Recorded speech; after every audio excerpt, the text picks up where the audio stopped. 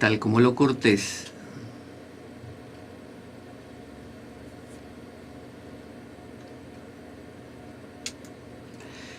Tal como lo cortés,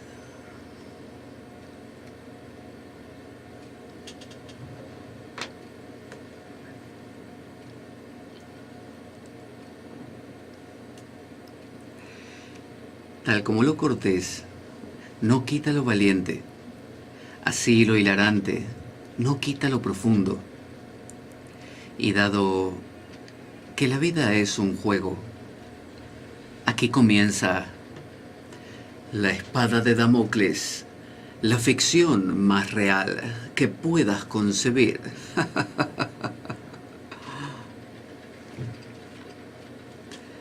La espada de Damocles es un programa que por mera falta de objetividad cree ser diferente. Personajes mitológicos salidos de los más profundos avernos. Leyendas misteriosas, escabrosas y sin sentido. Curiosidades inquietantes e inútiles. Historias antiguas, malversadas por nuestra incapacidad de entendimiento. Y cuentos carentes de profundo significado. También pretenderemos sin el menor éxito entender al ser humano en toda su dimensión. En suma, si quieres desperdiciar tu vida, aquí comienza la espada de Damocles, la ficción más real que puedas concebir.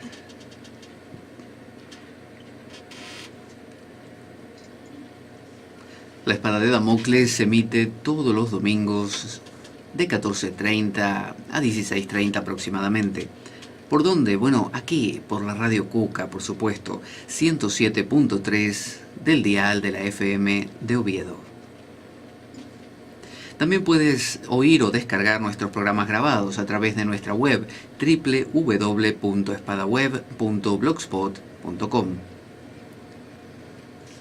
¿Y sabes qué? No te lo puedes perder.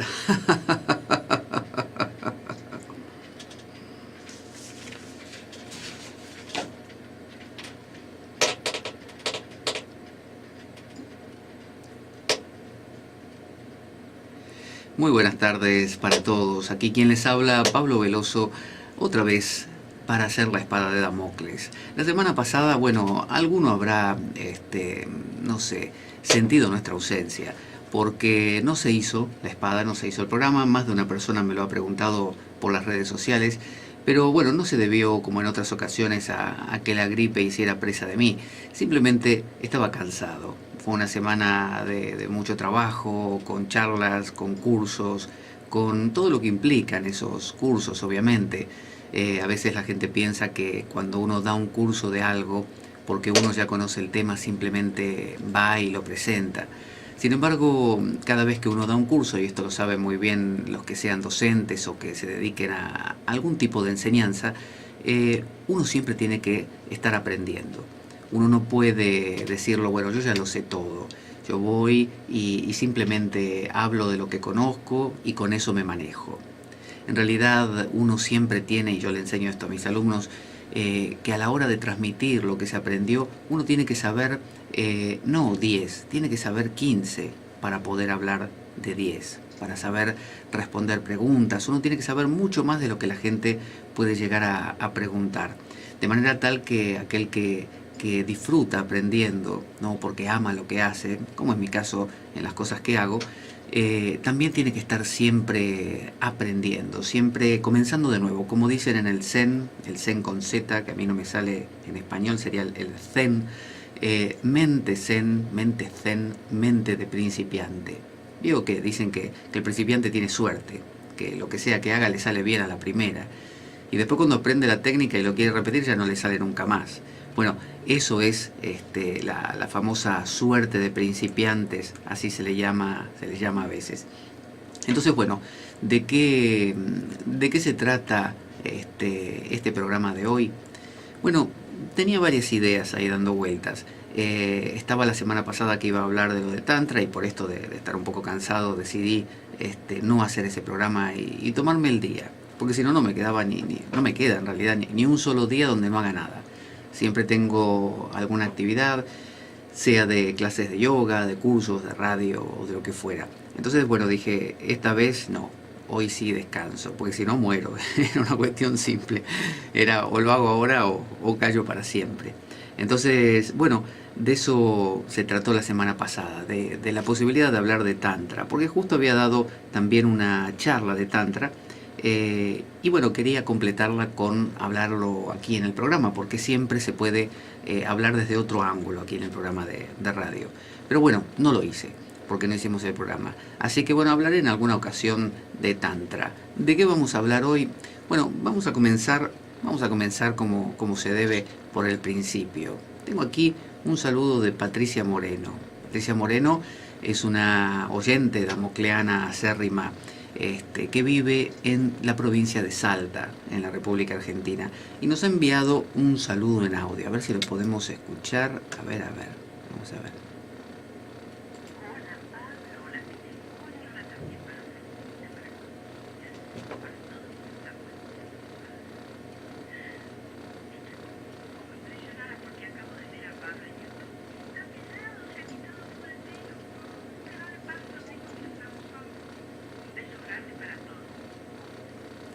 Bueno, aquí estaba saludándonos Patricia Moreno, a la que le agradezco muchísimo el saludo. Y bueno, Filemón, ¿estás ahí? Por supuesto. ¿Sí? ¿No? ¿Qué ha pasado? Aquí estoy, aquí estoy. ¿Qué pensabas? ¿Que me había ido a pasear? No, simplemente que te llamé y siempre apareces a la primera y bueno, esta vez no estabas por ahí. Digo, estará desatento, estará poseyendo a alguna persona, ya que sos un espíritu. Bueno, lo que pasa es que yo reservo este horario y en estos momentos en que dura el programa, si estoy poseyendo a alguno, lo suelto por un rato, para que el tipo crea que ya pasó todo. Pero en realidad al rato, cuando termina el programa, me vuelvo a meter y me cebo. Ahí me cebo, le doy duro para que aprenda, ¿no? Para que se dé cuenta de lo que es el poder del espíritu. Bueno, aquí te ha saludado Patricia Moreno, no sé qué opinas de eso.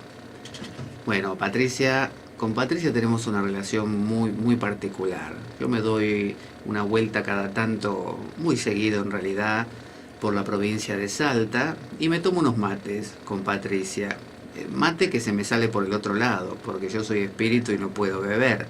Así que sorbo el mate y por el otro lado de mi cabeza se me cae.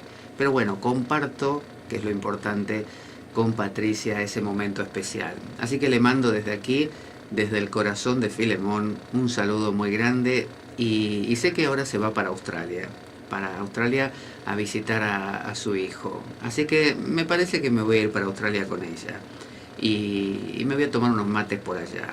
Y vamos a mirar canguros, ¿no? Y todas las cosas que son tan clásicas de Australia y tocar el didgeridoo también, ¿no? Este instrumento de viento. Así que Patricia, espérame que ahí estoy. Voy apenas termine el programa. Ahora no puedo porque si no lo dejo solo a Pablo. Bueno, Filemón, te agradezco muchísimo la deferencia de quedarte acá en el programa y no irte para un lugar tan agradable como Australia, donde uno la pasa tan bien y bueno, y disfruta de los canguros, que es uno de los placeres de la vida, ¿no es cierto? Y me imagino que, no sé, boxearás con los canguros, porque viste que el canguro, donde te le acercas mucho, te da un flor de puñetazo. Sí, a veces boxeamos para mantener entrenado, ¿viste? No hay mejor entrenamiento que boxear con un canguro, porque el canguro no sabe de pausas. El canguro te da hasta que te mata. Entonces, cuando uno está preparado, habiendo boxeado con personas y en situaciones de las más peligrosas, pasa a un nivel superior y boxea con el canguro que no para. Y ni te cuento si te agarra otro canguro desde atrás al mismo tiempo. Es como una especie de boxeo cruzado. Es un desafío, es un deporte extremo que yo cultivo. Otros saltan de puentes, otros andan a toda velocidad con sus coches. Yo boxeo con canguros, me apasiona. Así que Patricia, te voy a enseñar el arte de boxear con canguros y vamos a disfrutar mucho. Bueno, muchas gracias, Filemón, por saludar a Patricia. Y en realidad todos se acuerdan de vos, Filemón. Fíjate, tengo unos saludos aquí. Mirá, Patricia Moreno, justamente la semana pasada, cuando no hicimos el programa, cumplía años. Y bueno, es una ilusión para ella que le cantes el cumpleaños feliz. Y se lo tenés que cantar al estilo argentino, porque aquí en España se canta diciendo algo así como cumpleaños feliz, así. Y en Argentina se canta de otra manera. Así que te pido eso, un detalle nada más que le cantes el cumpleaños feliz a Patricia Moreno. ¿Puede ser? Pero cómo no, mira. Que los cumpla feliz, que los cumplas feliz, que los cumplas Patricia, que los cumpla feliz. Bueno, muy bien, Filemón, muchas gracias. Mira lo que dice Patricia Moreno.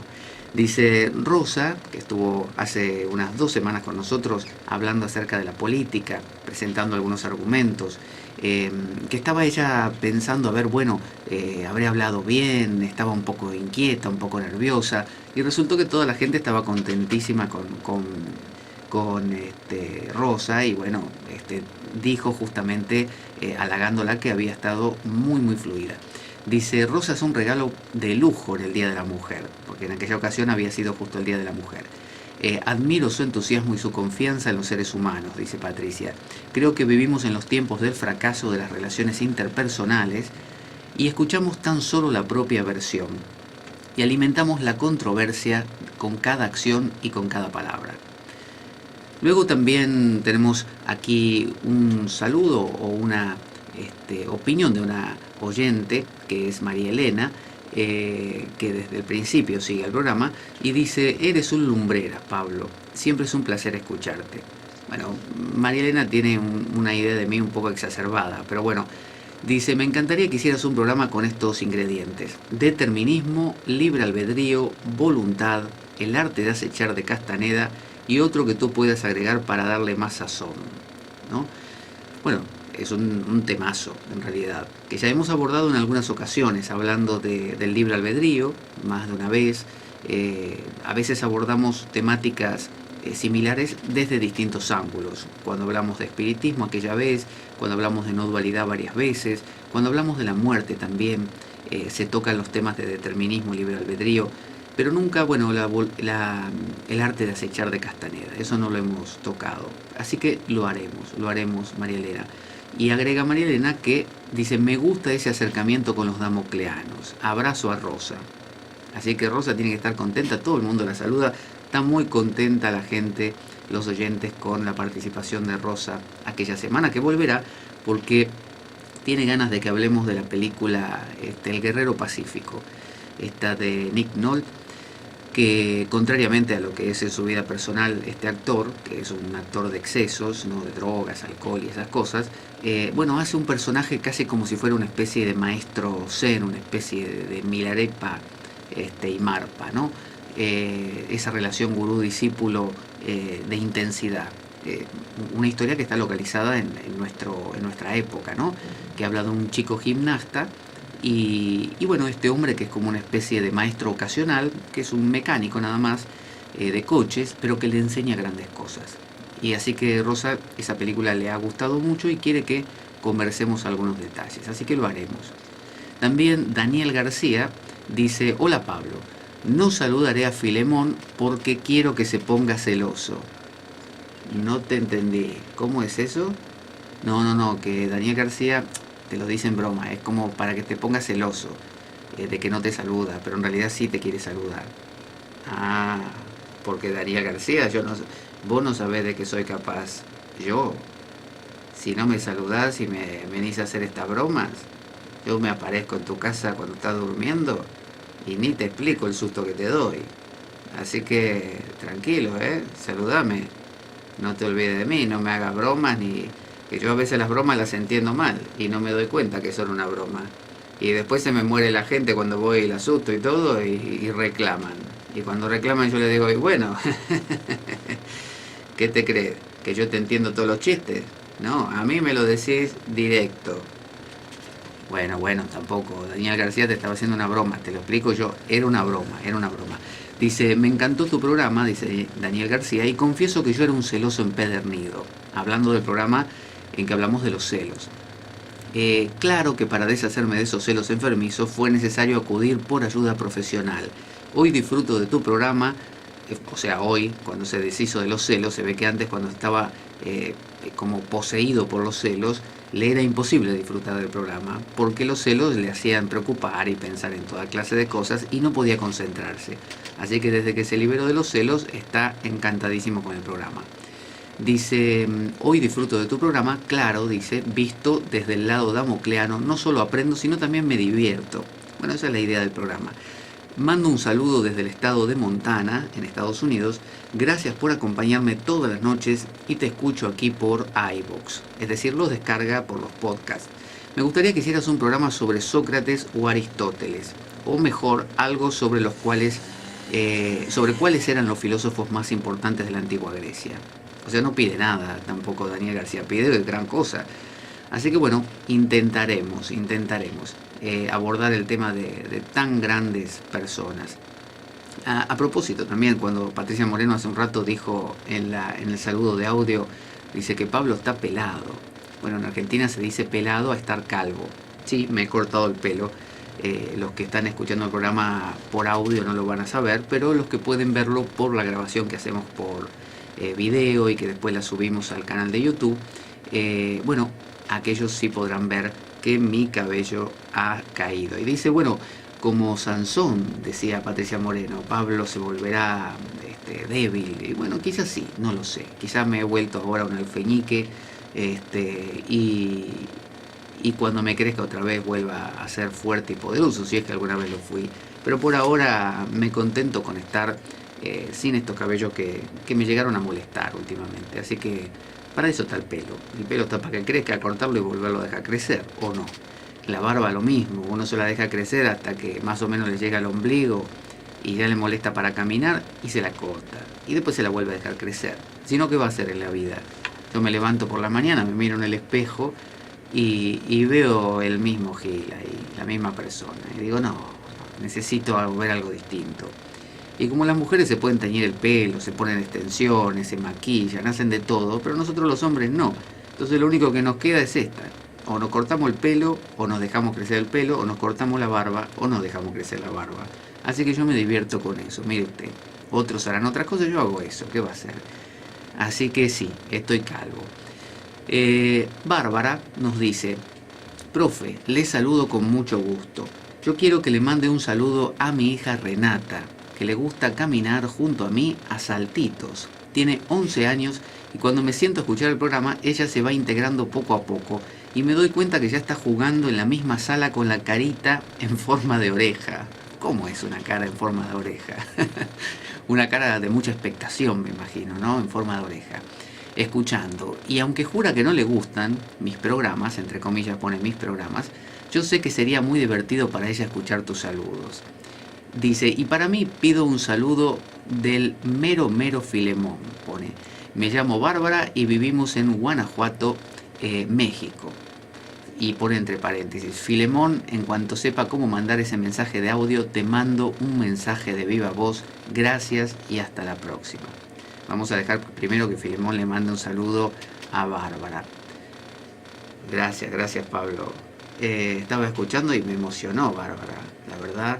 Que me pida un saludo a mí, que todos se olvidan de mí, al final, yo estoy acá, el haz del programa, la inspiración, la energía que sustenta, el sustrato de todo esto, y se me olvida, se me relega a las sombras. ¿Por qué?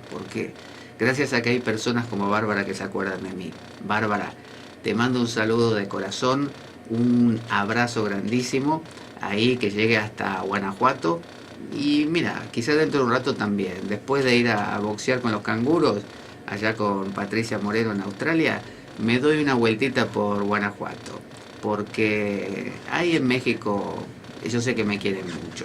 Así que dentro de un ratito, espérame, a ver con qué puede ser, con algo clásico ahí de México, algo que se estile, que no sean bebidas alcohólicas, porque me ponen mal. Yo me pongo loco con las bebidas alcohólicas. Así que tendría que ser algún plato especial. Aunque ya sabés que no puedo comer ni nada, pero yo hago como que sí. Y compartimos algo. Así que en un ratito estoy por ahí, ¿eh? Espérame, Bárbara. Un beso grande. Bueno, Filemón, muchas gracias por el saludo a Bárbara. Y Renata, que es la hija de 11 años con cara de oreja, que bueno, que le vamos a mandar un saludo. Y Renata, sé que sos pequeñita, que tenés 11 años y que seguramente todo lo que escucha tu madre, tu mamá, te suena aburridísimo. Y de hecho sí, es aburrido. Los seres humanos adultos somos aburridos. Y hablamos de cosas que son aburridísimas y durante mucho tiempo encima. Y parece que nunca terminamos y que no hacemos nada que rompa eso. Y es una monotonía muy grande. Pero bueno, aunque escuches mi voz todos los días ahí o de vez en cuando tu madre lo escucha, sabe que algún día quizás te guste, algún día te interese alguna de estas cosas. Así que seguí divirtiéndote, pone cara de oreja cada rato, que es muy divertido, jugá todo lo que quieras y después llegará un día que sí, que te va a interesar alguna de estas cosas, probablemente, y te vendrán muy bien. Así que un saludo muy grande, Renata, un abrazo muy grande, te manda Pablo Veloso desde aquí, desde el otro lado del charco, desde España. Así que muchas gracias por estar ahí con tu cara de oreja, ¿eh? Bueno, estos son los saludos que han mandado los oyentes, que he recopilado desde, no la semana pasada, sino la anterior, que fue el último programa que hicimos. Porque después, recuerden que la semana anterior a esa no se hizo programa por simplemente cansancio mío. Así que, ¿de qué vamos a hablar hoy? Bueno, uno de los oyentes que me pidió que no lo identificara, me contó una situación penosa acerca de la muerte de un ser querido de él. Y bueno, como toda muerte duele, ¿no? Es una situación dolorosa. Y me pedía que hablase, que hablase con él acerca del tema de la muerte. Y le dije que quizás lo podíamos plantear en la radio.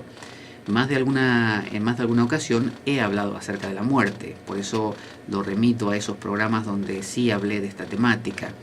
Pero lo vamos a abordar en la radio, seguramente quizás en el siguiente programa, porque requiere todo un programa el hablar de este tema. Y podemos aunarlo con el tema que pidió María Elena, el del libre albedrío, el determinismo, la voluntad, el arte de acechar de Castaneda. Podemos aunar todo esto con el tema de la muerte.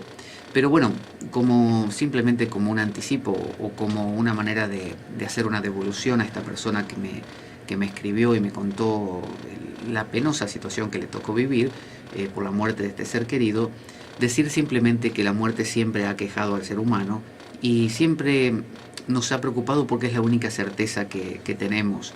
Y la muerte duele, y la muerte es inevitable. Y por más que la decoremos con Jesuses o con no dualismos o con trascendencias o meditación o lo que uno quiera, duele. La muerte duele. Duele la muerte de otro, duele la muerte propia cuando uno la va viviendo progresivamente. Obviamente si es un accidente uno ni se entera, pero cuando es progresivamente duele. Así que simplemente puedo recordar esa historia de una mujer que se acercó al Buda en la época en que el Buda predicaba y entendiendo que era un ser santo, especial, la mujer reflexionó, bueno, este hombre puede ayudarme a revivir a mi hijo muerto. Se le había muerto en sus brazos su bebé, quizás por inanición, quizás por hambre, quizás por enfermedades, y le dijo, mire señor, usted es un santo, usted es alguien especial, por favor, devuélvale la vida a mi hijo. Y el Buda entonces, hombre muy sabio, en vez de decirle simplemente, bueno, sí, no, acá está, ya revivió o algo, le dijo así, le dijo, mujer, ve por el pueblo que está aquí cerca y pregunta en cada casa. Cuando des con alguna casa donde no haya habido ninguna muerte, me traes de esa casa un grano de mostaza. Cuando me lo traigas, yo te revivo a tu hijo. Entonces la mujer, supongamos que fuera de mañana que ocurrió esto, la mujer se pasó el día entero recorriendo las casas y por supuesto no encontró ninguna, porque en toda casa había habido alguna muerte. Y cuando regresó ante el Buda, le dijo, apesadumbrada y agotada, le dijo, señor, he recorrido todas las casas y no he podido encontrar una sola donde no hubiera habido alguna muerte. Y el Buda entonces la miró con una mirada muy tierna y le dijo, ¿lo ves, mujer? Es inevitable. Y bueno, quizás esto no sea un consuelo. La mujer habrá dicho, bueno, pero yo quiero que me lo revivas. Y el Buda le quería transmitir algo. Le dijo, es inevitable, a todos nos pasa. Porque fíjese que los gurús más sabios, más santos, más supuestamente en conexión con Dios, de cualquier religión, ya sean papas, ya sean sheiks musulmanes, ya sean lo que fuera, o gurús hindúes, que supuestamente, como pasaba con Aurobindo, que supuestamente era inmortal y se murió, ¿no? Y cuando murió esperaban que reviviera, lo habían mantenido un tiempo ahí en su especie de ataúd, esperando que, bueno, seguramente mañana se levanta, ¿no? Porque supuestamente siempre habló de la inmortalidad, de que aquel que alcanza ese despertar lo alcanza con todas sus células y por lo tanto se vuelve inmortal, ese ansia del ser humano de ser inmortal en todo sentido, de vencer a la vida, de vencer el movimiento de la existencia, de salirse de ella. Y bueno, empezó a pudrirse. Así que bueno, esperaron un poquitín más y directamente lo cerraron y lo guardaron. O lo habrán incinerado. Entonces su contraparte femenina le llamaban la madre, que era una mujer nacida en algún país oriental de Medio Oriente, pero criada en Francia o con nacionalidad francesa. Le llamaban la madre. La madre empezó a decir que bueno, que sí, que ya regresaba, que era una cuestión de tiempo. Y no solo no regresó nunca, Aurobindo no revivió nunca, sino que se murió la madre también, que supuestamente quedaba como la segunda opción, el plan B. Bueno, se habrá muerto Aurobindo porque habrá decidido no revivir y quedarse en ese plano trascendente ayudando desde allá, pero ella, la madre, sí, la madre se va a quedar eternamente con nosotros. No, se murió también. Entonces, se mueren todas las personas. Y cuando le preguntaron a Yudhishthira, en el Mahabharata, que era el más sabio de los hermanos Pandavas, ¿no? Del bando de los buenos, por así decirlo, le preguntaron, ¿qué es la cosa más extraña que consideras que existe, que pasa en la vida? Y él dijo, para mí la cosa más extraña es que vemos a nuestros parientes morir, a nuestros amigos morir, a nuestros seres queridos y enemigos, y todos mueren, y sin embargo seguimos pensando que a nosotros nunca nos va a pasar. Entonces la muerte es algo que nos acompaña siempre, que está ahí, que es inevitable, y todavía seguimos pensando que no nos va a pasar a nosotros. Pero bueno, pasa. Les pasa a nuestros seres queridos, nos pasa a nosotros, les pasa a todos los seres vivos. Y hasta aún los seres que decimos son inertes, que no tienen vida, como las montañas, como las rocas, todo se va disolviendo, se va destruyendo. Así que sé que no es un consuelo, pero es una realidad, que podemos adornarla y decorarla para hacerla más llevadera, y es muy válido eso. Pero la muerte está ahí, a la vuelta de la esquina. Y don Juan de Castaneda decía que el guerrero vive con la muerte, creo que era a su izquierda, ¿no? A la distancia de un brazo. Él le dijo a Carlos Castaneda, extiende tu brazo y ahí donde está la punta de tus dedos, imagina que ahí está tu muerte. El guerrero vive así, sabiendo que la muerte lo acecha, que la muerte en cualquier momento hace presa de él. Y la vida se vive de otra manera cuando se vive así, porque uno vive con el memento mori, con el recuerdo de la muerte. Y si no, bueno, preguntarle a Filemón, que es el que sabe del tema. Por supuesto, yo puedo dar fe en primera persona de que la muerte está presente en todos los mundos, en todos los universos, todo cambia, todo se transforma y no hay nada que permanezca demasiado tiempo estable. Así que, bueno, esperamos ese programa acerca de la muerte, que será seguramente, imagino, la semana siguiente o la otra. Sí, bueno, esa es la idea. Así que veremos cuándo lo desarrollamos, de acuerdo a lo que vaya sucediendo durante la semana. Vamos a escuchar una canción para que ya nos podamos meter en el programa de hoy, que hemos dilatado bastante, obviamente, el inicio, porque estábamos con los saludos. Pero vamos a hablar hoy acerca de algunos cuentos maravillosos. Vamos a tomar algunos cuentos de Anthony de Melo, que era un jesuita bastante controversial, un poco meloso también, como su nombre lo indica, de Melo, era meloso, era un poco como dulzón, ¿no? Como pegajoso en su manera de ser, muy sentimentalista. Pero más allá de eso que puede gustar o no gustar, sus cuentos, sus relatos contienen esencias muy interesantes. Así que vamos a tomar algunos cuentos y los vamos a desarrollar. Y esto va a dar pie a que algunas respuestas a algunas preguntas de parte de algunos oyentes se vean ahí cumplimentadas. Así que vamos a escuchar Billie Jean en una versión electrónica. Ahí. ¿De quién? Bueno, de Michael Jackson. A ver, vamos a darle volumen. Ahí estamos. Y enseguida regresamos con la espada de Damocles y algunos cuentos maravillosos.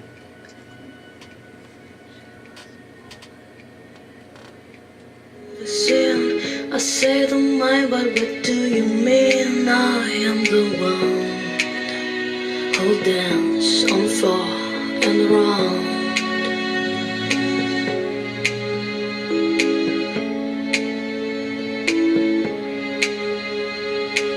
She told me her name was Billie Jean, and she got so soon. Then every head turned with eyes that dream of being the one who dance on the floor.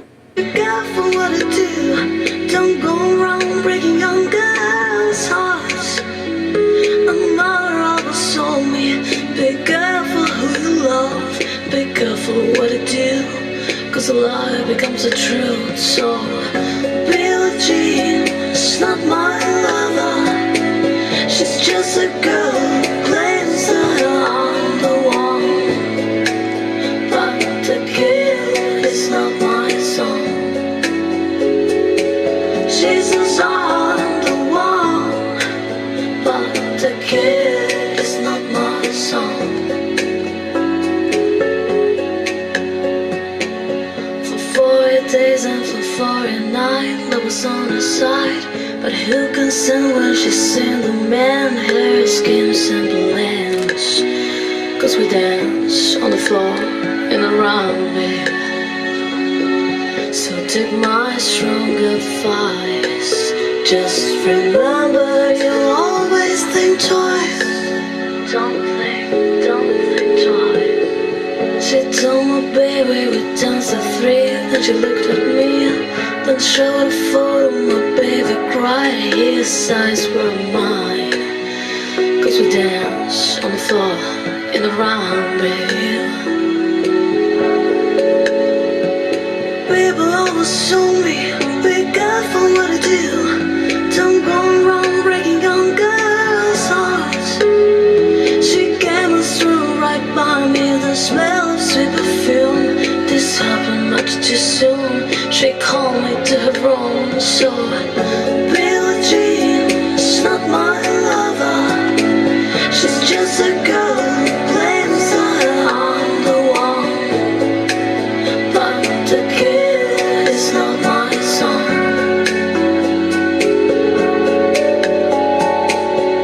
Billie Jean is not my lover, she's just a girl who claims that I'm the one, but the kid is not my son. She says I'm the one, but the kid is not my son.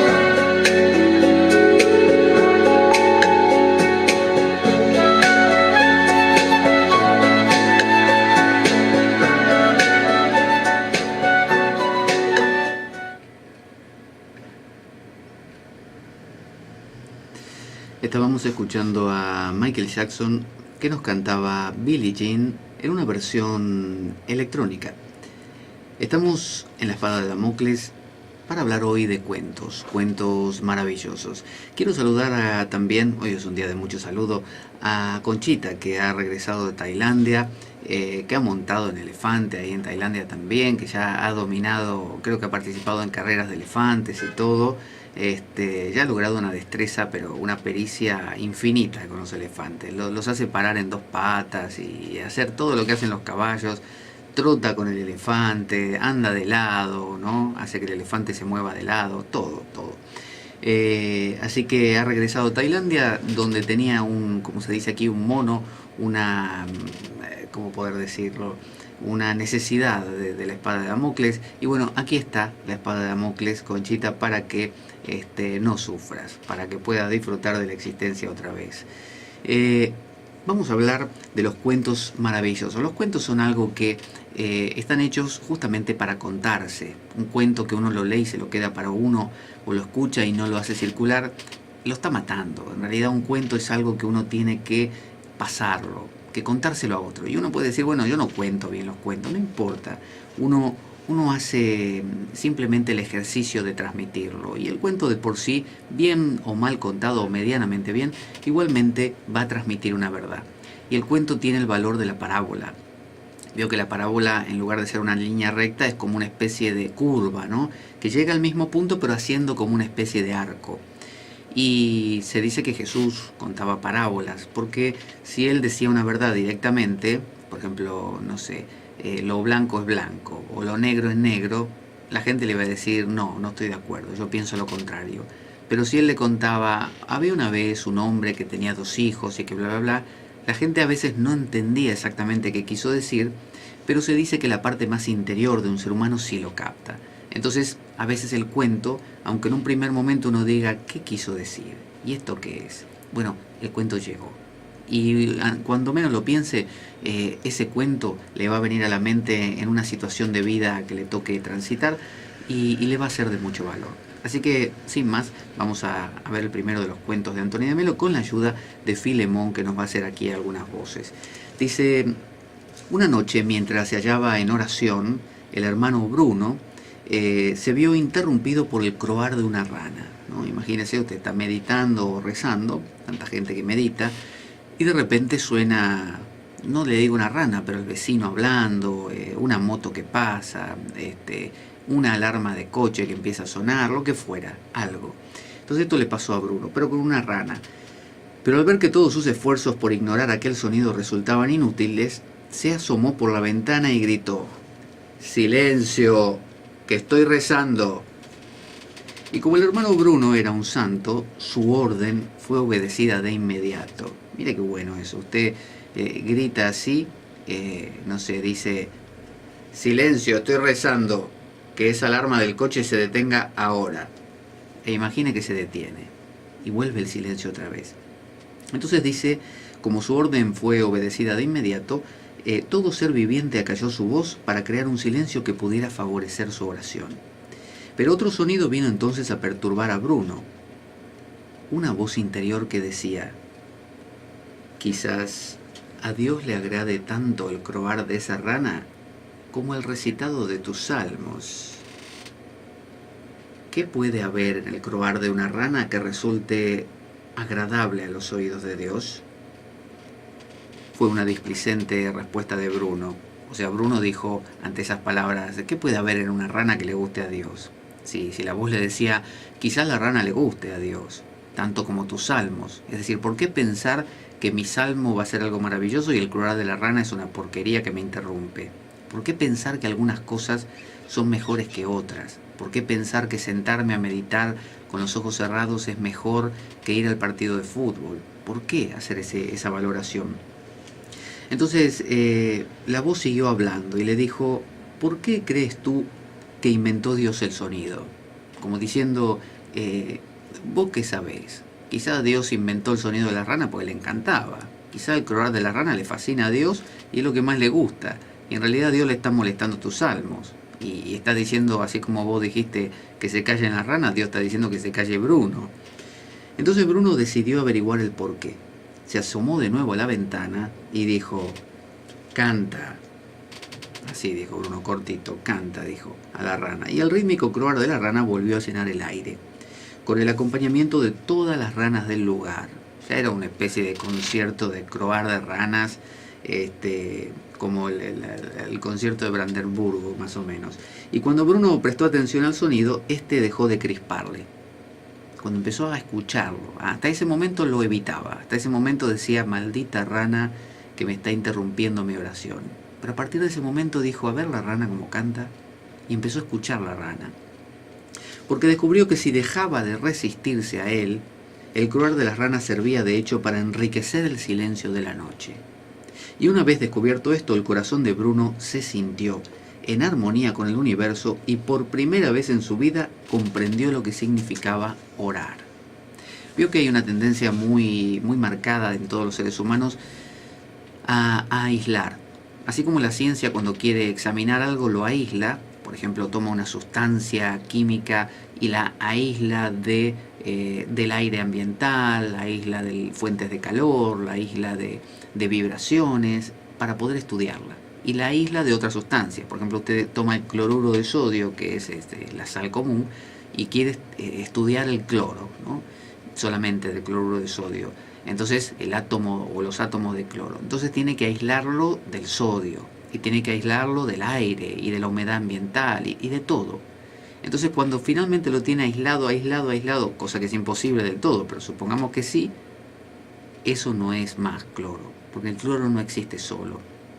Entonces pretender una especie de paz que ocurre solamente cuando me aíslo de todas las fuentes de inquietud, por empezar es imposible, porque nadie puede aislarse de todas las fuentes de inquietud porque implicaría un salirse de la vida, y las fuentes de inquietud son todo, son hasta el latir cardíaco, la digestión, las sensaciones del cuerpo, y supongamos que uno lo maneja eso, bueno, serán las perturbaciones de la mente, siempre algo más habrá, pero supongamos que uno pudiera quitarse todo eso de encima, uno encontraría esa supuesta paz, la paz de estar ajeno a todo.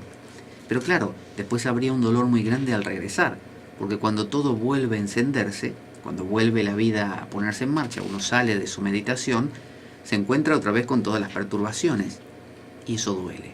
Entonces, la persona que dice, no, yo estoy en un estado de trance meditativo, donde estoy en perfecta paz, ya sea que lo haga en la clase de yoga, ya sea que lo haga en casa, ya sea que lo haga en la iglesia, ya sea que lo haga donde sea. Entonces, esa paz es una paz de plástico, es una paz que no sirve, es una paz que le sirve por un rato nada más. La paz de Bruno sin las ranas era una paz momentánea, porque si no eran las ranas iban a ser los grillos, o iban a ser más adelante otro hermano, otro monje que le hiciera ruido, o iba a ser un trueno, o iba a ser algo. Entonces, ¿cuál es la verdadera paz?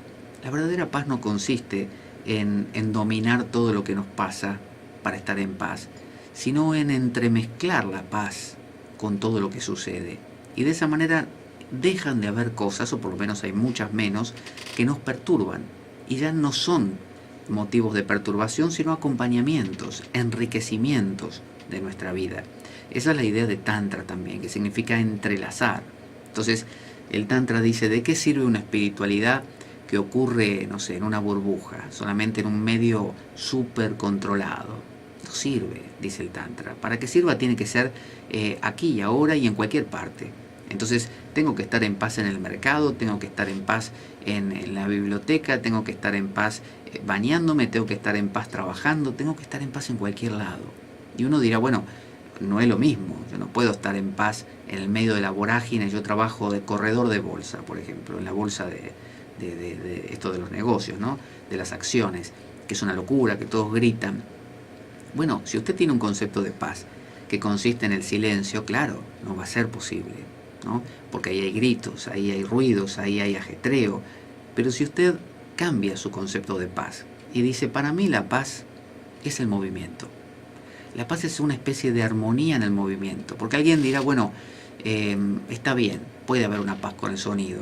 Sí, me ponen una música de Vivaldi, ¿no? O de, qué sé yo, de algún compositor muy dulce, de Chopin, de Strauss, algo así, o de Debussy, y uno dice, bueno, claro, eso es una armonía genial, aunque es ruido, es música, pero es de una manera una concatenación de sonidos agradables. Pero claro, le ponen a uno Metallica, o Megadeth, o cualquier grupo de estos de heavy metal o de thrash, y uno dice, eso no, eso es ruido, eso molesta. No necesariamente.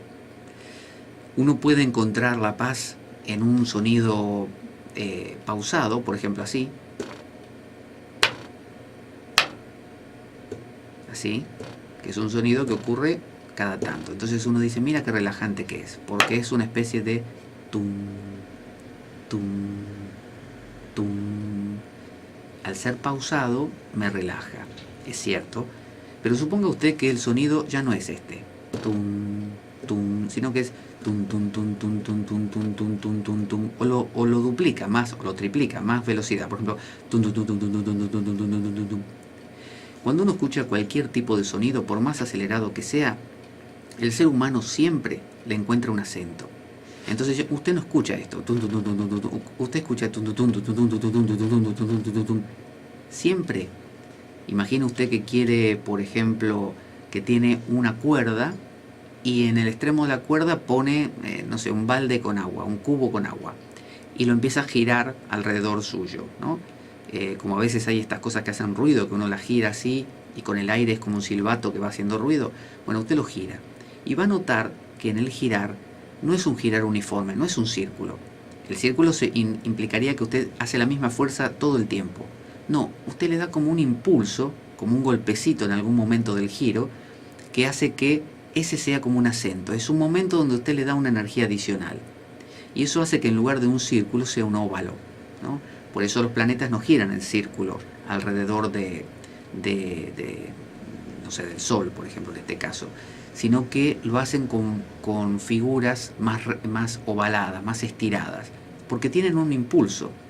Entonces, aunque esté escuchando algo muy rápido, que usted diría me pone nervioso, como usted le va a dar un acento en alguna parte, ese acento le va a hacer crear un ritmo dentro de esa velocidad, quizá muy lento. Entonces usted hace tum, tum, tum, tum, tum, tum, tum, tum, y como le agrega un golpe, o sea, lo detecta un acento, porque el ser humano necesita encontrar un patrón, usted va a escuchar tum, tum, tum, tum, tum, tum, tum, tum, tum, tum, tum, tum, tum, y aunque esté escuchando algo muy rápido, va a poder relajarse también. Ese es el secreto, quizás, de poder relajarse aún en lo vertiginoso, poder relajarse aún en lo desafiante, en lo exigente, en lo demandante y no necesariamente en lo lento. Relajación y lentitud no necesariamente van de la mano. Uno puede relajarse en la velocidad. Tengan en cuenta que si usted necesitara la quietud absoluta para relajarse, bueno, el cuerpo sería un problema porque está moviéndose todo el tiempo. El cuerpo está cambiando, la sangre está circulando. ¿Cómo habría relajación ahí? Los pensamientos lo mismo, se están moviendo. Entonces la idea es encontrar una paz en el movimiento. Y Bruno es lo que descubrió. Si usted intenta encontrar una paz sin ranas, bueno, no la va a encontrar nunca. Porque va a tener que pelearse con el mundo entero para encontrar momentos especiales donde usted elimine sus ranas y no lo molesten. Pero esos momentos son cortos y difíciles de encontrar. Y después el contraste con lo otro, cuando las ranas empiezan a croar otra vez, lo va a volver loco. Entonces es más sano, más inteligente aprender a convivir con las ranas. Cuenta este cuento, dice, una anciana mujer, verdadera entusiasta de la jardinería, afirmaba que no creía en absoluto en ciertas predicciones que auguraban que algún día lograrían los científicos controlar el tiempo atmosférico. Según ella, lo único que hacía falta para controlar el tiempo era la oración. Es decir, era una mujer que pensaba que no había que mirar el pronóstico de si llovía o no llovía. Simplemente bastaba con pedirle a Dios y Dios se iba a encargar. Pero un verano, mientras ella se encontraba de viaje por el extranjero, la sequía azotó al país y arruinó por completo su precioso jardín. Cuando regresó se sintió tan trastornada que cambió de religión. Fíjese, la mujer tenía creencias muy, no inocentes, infantiles. Vivía en un mundo mágico, y en el mundo mágico uno cree que los dioses están ahí, y que los dioses hacen cosas, y que están ahí afuera caminando, Ares, Afrodita, Hefesto, qué sé yo, todos los dioses, ¿no? Apolo, todos por ahí, y se pueden invocar y ellos pueden hacer cosas. Esa es una visión infantil. No estoy desmereciéndola, estoy diciendo nada más que trae sus consecuencias. Cada uno es libre de hacer como quiera.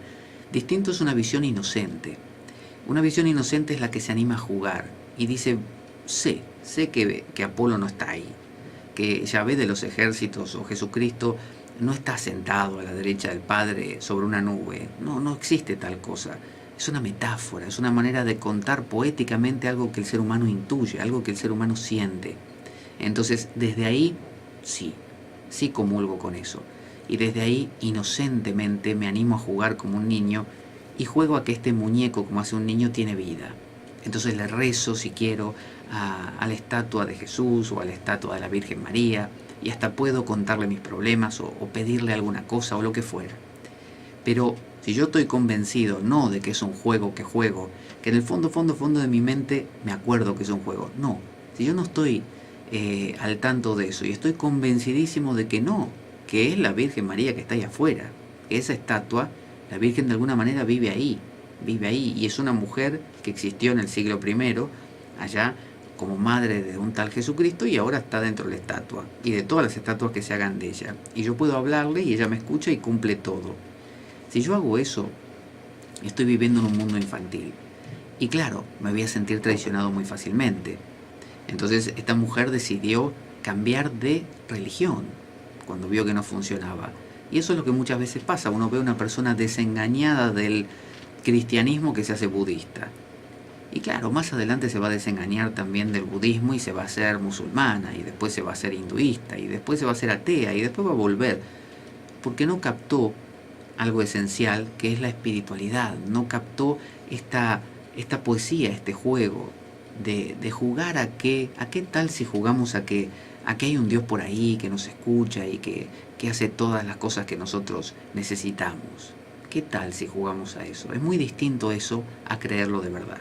Cuando los chicos juegan a que, bueno, tú eres el policía, yo soy el ladrón y tú tienes que perseguirme y a esto vamos a jugar, eso es un juego. Ambos saben que son fulanito de tal y menganito de tal, pero que están jugando. Muy distinto es olvidarlo y creerse el policía y el ladrón. Entonces el juego se juega a muerte. Y hay mucho desengaño en esto de las religiones. Por eso tomárselo no tan en serio y jugar un poco más. Dice, en la antigua India se concedía mucha importancia a los ritos védicos, de los que se decía que funcionaban tan científicamente que cuando los sabios pedían lluvia jamás se producía una sequía. Así es que conforme a dichos ritos, un hombre se puso a rezarle a Lakshmi, la diosa de la abundancia, para que le hiciera rico. Estuvo orando sin éxito durante 10 largos años, al cabo de los cuales comprendió de pronto la naturaleza ilusoria de la riqueza y abrazó una vida de renuncia en el Himalaya. Es decir, él empezó queriendo que Lakshmi le diera lo que quería, que era la riqueza, pero finalmente se dio cuenta que no, que lo que le interesaba era otra cosa, que lo importante era otra cosa, y que se fue a los Himalayas, dando todo lo que tenía, quedando en completa pobreza. Y un día, mientras se hallaba sentado y entregado a la meditación, abrió sus ojos y ¿a quién vio ante sí? Vio una mujer extraordinariamente hermosa, tan radiante y resplandeciente como si fuera de oro. Entonces el hombre preguntó, ¿quién eres tú? ¿Y qué haces aquí?, preguntó el hombre. Ella respondió, soy Lakshmi, la diosa, a la que has estado rezando himnos durante 12 años. Eso respondió la mujer. Y he decidido aparecerme ante ti para concederte un deseo. Ah, mi querida diosa, exclamó el hombre, ahora ya he adquirido la dicha de la meditación y he perdido el deseo de las riquezas. Llegas demasiado tarde. Pero dime, ¿por qué has tardado tanto en venir?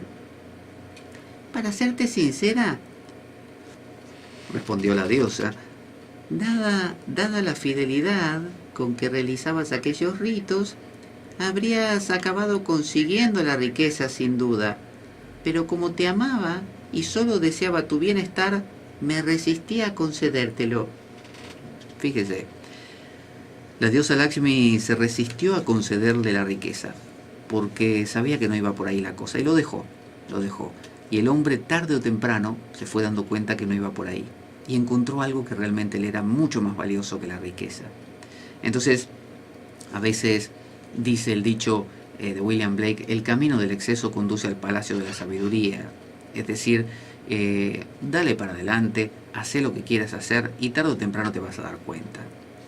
Camines en la dirección que camines, la tierra es redonda. Si usted camina para la derecha, tarde o temprano vuelve al punto inicial. Si camina hacia la izquierda, tarde o temprano vuelve al punto inicial. Y así.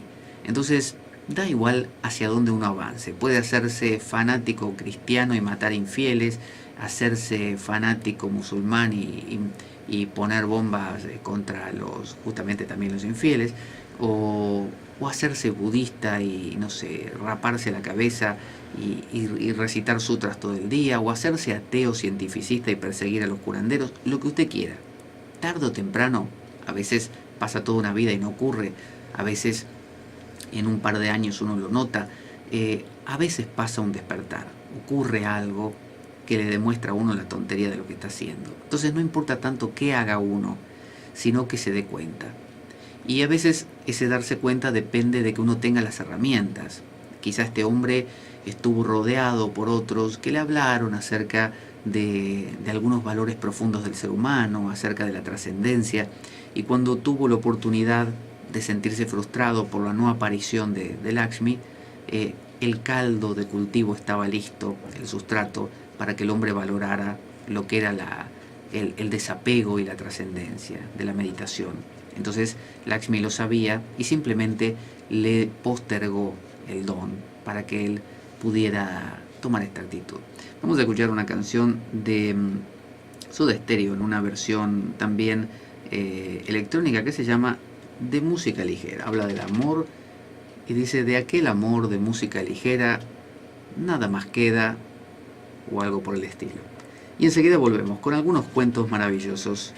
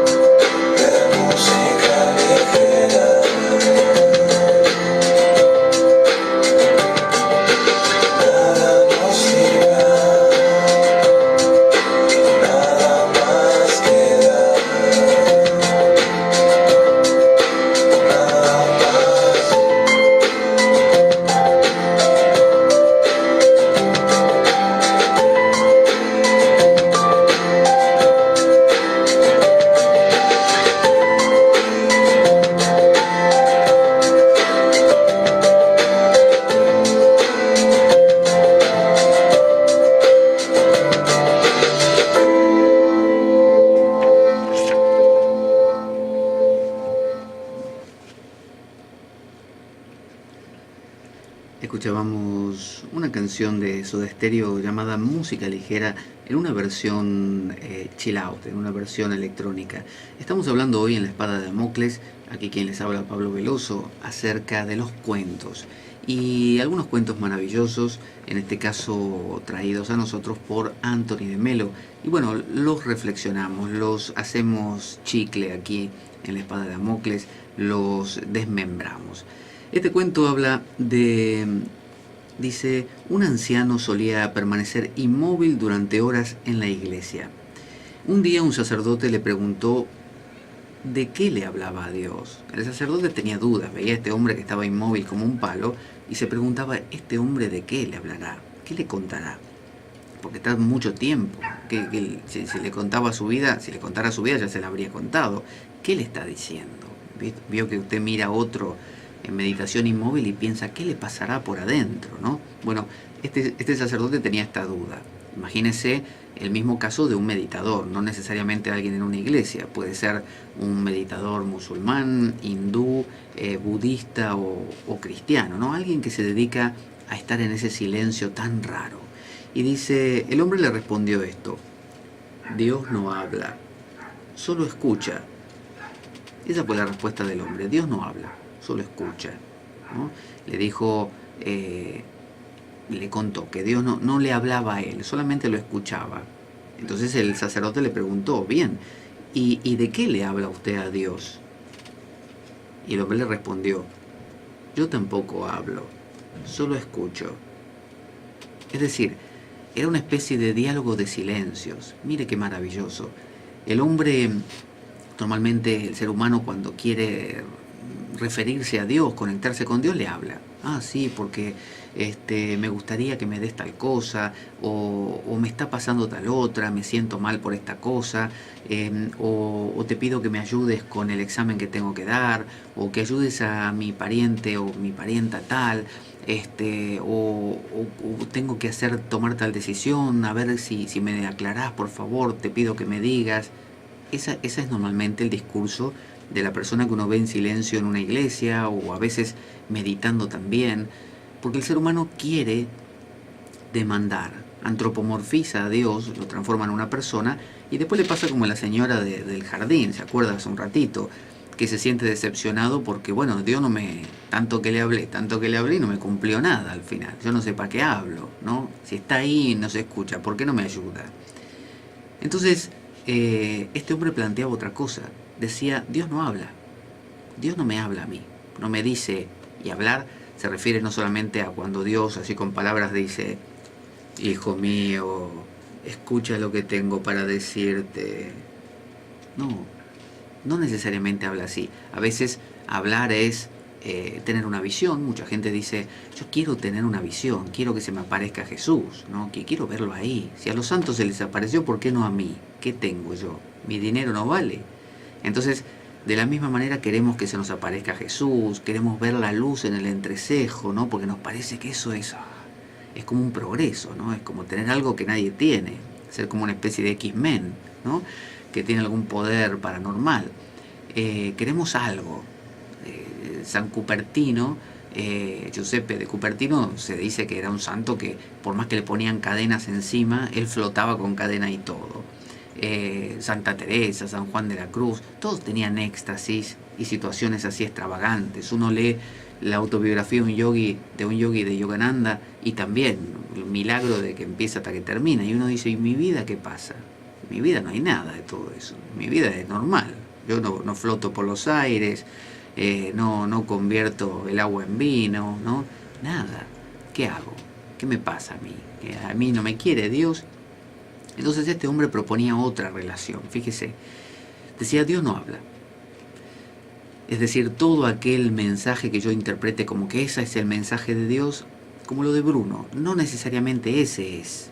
¿Por qué tiene que ser Dios hablando cuando se aparece, o cuando floto por los aires porque levito, o cuando pasa algo especial? ¿Por qué no puede ser el mensaje de Dios en tal caso, o el hablar de Dios, el amanecer, la lluvia que está cayendo en este momento, o cualquier cosa que esté sucediendo, lo apetitosa de una comida? Ese puede ser el hablar de Dios, pero no nos gusta. A nosotros nos gusta que Dios nos hable de una manera especial, ¿no? A nosotros mismos, con nombre propio y distinto a todos, y algo que no lo haya hecho antes, cosa que seamos especiales y después la gente nos mire como que, bueno, somos tocados ahí por el Espíritu Santo. Pero este hombre decía, Dios no habla. Con esto quería decir, lo que sea que me diga Dios, es decir, el amanecer, la Virgen María apareciéndoseme y diciéndome lo que fuera, yo no le presto mucha atención. O sea, no lo valoro como algo especial por sobre lo demás. Todo lo que sucede es el hablar de Dios. Así que decir que todo lo que sucede es el hablar de Dios y que Dios no habla es lo mismo. Entonces, no me engancho, decía él, con tonterías que me pueda suceder, como una luz que vea en el entrecejo, un sonido que pueda oír, que me parezca una voz que me habla. No me engancho con todo eso. Entonces el sacerdote le preguntó, bueno, ¿y qué le dice usted entonces? Si usted no lo escucha a Dios, por lo menos le hablará, porque algo hay que hacer. Y el hombre dijo, no, yo tampoco hablo, yo solo escucho. Entonces, a veces cuando uno se sienta en meditación o va a una iglesia inclusive, yo muchas veces entro a una iglesia y me quedo ahí un rato, normalmente se piensa que uno tiene que rezar, tiene que hablar, tiene que orar, que la oración implica decir cosas, implica ruido. Y no, uno puede quedarse escuchando, que es algo que uno hace poco en realidad en la vida cotidiana, y no esperando tampoco que Dios le hable. No es que escucho porque ahora me va a hablar Dios, y si no me habla Dios en 5 minutos me levanto y me voy. No, no espero que Dios me vaya a hablar, no espero que pase nada extraordinario, y tampoco hablo yo. Me quedo en silencio, un silencio doble de los dos lados, y eso es lo que llaman contemplación. Entonces uno dirá, bueno, ¿y qué? ¿Rezar no se puede? ¿Yo no puedo contarle a Dios lo que me pasa? Y sí, ¿por qué no? ¿Por qué no? Porque uno es un ser humano, uno tiene corazón, uno tiene sentimientos, uno tiene personalidad, uno tiene vida, y puede estar triste ese día. Y así como uno va y le cuenta a un amigo y le dice, mira, te voy a contar algo que me pasó, que es terrible, y se siente mejor después, porque se desahogó, porque lo soltó, ¿no? Por miles de razones, porque su amigo le pudo dar un consejo, o porque usted se escuchó cuando lo contaba y lo ve ahora de otra manera. Bueno, Dios es lo mismo. Más allá de que no sea una persona que esté ahí flotando en el cielo escuchando lo que usted dice, bueno, puede ser un acto de poesía maravillosa, contarle a ese ser trascendental lo que uno sufre, o lo que uno siente, o lo que uno espera, o lo que uno desea. Desear aprobar un examen. Siempre que sea, obviamente, no con esa actitud infantil de la señora del jardín, sino inocente. Y luego volver al silencio, quizás. O ese día no, ese día solo hablar. Pero el silencio, que este hombre habla, de no preguntarle nada, y de tampoco hablarle, y de tampoco esperar oírlo, perdón, eso es lo que se llama contemplación. Y eso cambia mucho a los seres humanos. Dice, el emperador mogol, Akbar, que era justamente su nombre implica el más grande, Akbar, salió un día al bosque a cazar. Cuando llegó la hora de la oración de la tarde, como era musulmán, desmontó de su caballo, tendió su estera en el suelo y se arrodilló para orar, tal como hacen en todas partes los devotos musulmanes. Pero en aquel preciso momento, una campesina, inquieta por la desaparición de su marido, que había salido de casa aquella mañana y no había regresado, pasó por allí como una exhalación, y sin reparar en la presencia del arrodillado emperador, y tropezó con él, rodando por el suelo. Imagínense que qué momento. Pero se levantó y sin pedir ningún tipo de disculpas siguió corriendo hacia el interior del bosque. Akbar se sintió irritado por aquella interrupción, pero como era un buen musulmán observó la regla de no hablar con nadie durante el namaz, durante la oración. Más tarde, justamente cuando él acababa su oración, volvió a pasar por allí la mujer, esta vez alegre y acompañada de su marido, al que había conseguido encontrar. Vio cómo es una mujer cuando pierde al marido, que se desespera. Al ver al emperador y a su séquito, ella se sorprendió y se llenó de miedo. Entonces Akbar dio rienda suelta a su enojo contra ella y le gritó. Le dijo así: explícame ahora mismo tu irrespetuoso comportamiento si no quieres que te castigue. Entonces la mujer perdió de pronto el miedo. Miró fijamente a los ojos del emperador y le dijo: Majestad, iba tan absorta pensando en mi marido que no os vi, ni siquiera cuando, como decís, tropecé con vos. Ahora bien, dado que vos estabais en pleno namaz, habíais de estar absorto en alguien infinitamente más valioso que mi marido. ¿Cómo es que reparasteis en mí? El emperador, avergonzado, no supo qué decir. Más tarde confiaría a sus amigos que una simple campesina, no un experto ni un mulá, le había enseñado lo que significa la oración. O sea, la mujer estaba preocupada por su marido y no vio ni al emperador. Fíjese, ni al emperador, y se lo llevó por delante. Y no le importó. Y el emperador, que supuestamente estaba concentrado, así como la mujer en su amado, él en su otro amado, que supuestamente era Alá, en realidad no lo estaba. estaba haciendo la oración, se ve de una manera muy maquinal. Y por eso sí estaba atento a la mujer que lo llevó por delante. Y esto le hizo notar la mujer. Entonces muchas veces aprendemos de cosas que nos pasan. Así como una mujer que nos lleva por delante. A veces la vida nos da golpes y nos hace dar cuenta de que lo que creíamos que era de una manera en realidad no lo era tanto. Y eso nos despierta. Pero como digo, para despertar realmente, este Akbar tendría un sustrato. Alguien le habría hablado del valor de la compenetración en la oración. Si no, cuando esta mujer le hubiera dicho esto, lo hubiera matado directamente, lo hubiera mandado a matar. Pero él tenía un suelo, un sustrato, que le permitió que eso que la mujer le dijo se convirtiera para él en una enseñanza. Entonces, el hecho de poder informarnos, tener una cierta forma, ¿no? Una cierta base. Los budistas dicen que uno debe ser introducido a la naturaleza de la mente, que esa introducción a la naturaleza de la mente es lo que nos da la capacidad de absorber, de comprender un montón de cosas. Bueno, esto es lo que le pasó a Akbar. Y podemos nosotros tener esa base, esa preparación, podemos cultivarla, podemos escuchar sabios, opiniones, leer, aprender, de manera que cuando nos pasen cosas, las capitalicemos. No sean cosas que nos pasen y nada más, sean cosas que entren en nosotros y nos transformen. Vamos a escuchar una canción que me había pedido Quique, un oyente, me había dicho, ¿por qué no pones un poco de... ¿cómo se llama este grupo? Que no me olvidé. A ver. Secret Garden, eso, Secret Garden. Y esta canción se llama Atlantia. Y se la dedico a Quique, que me la había pedido. Ahí va. Enseguida volvemos con más cuentos maravillosos aquí en La Espada de Damocles. No se vayan.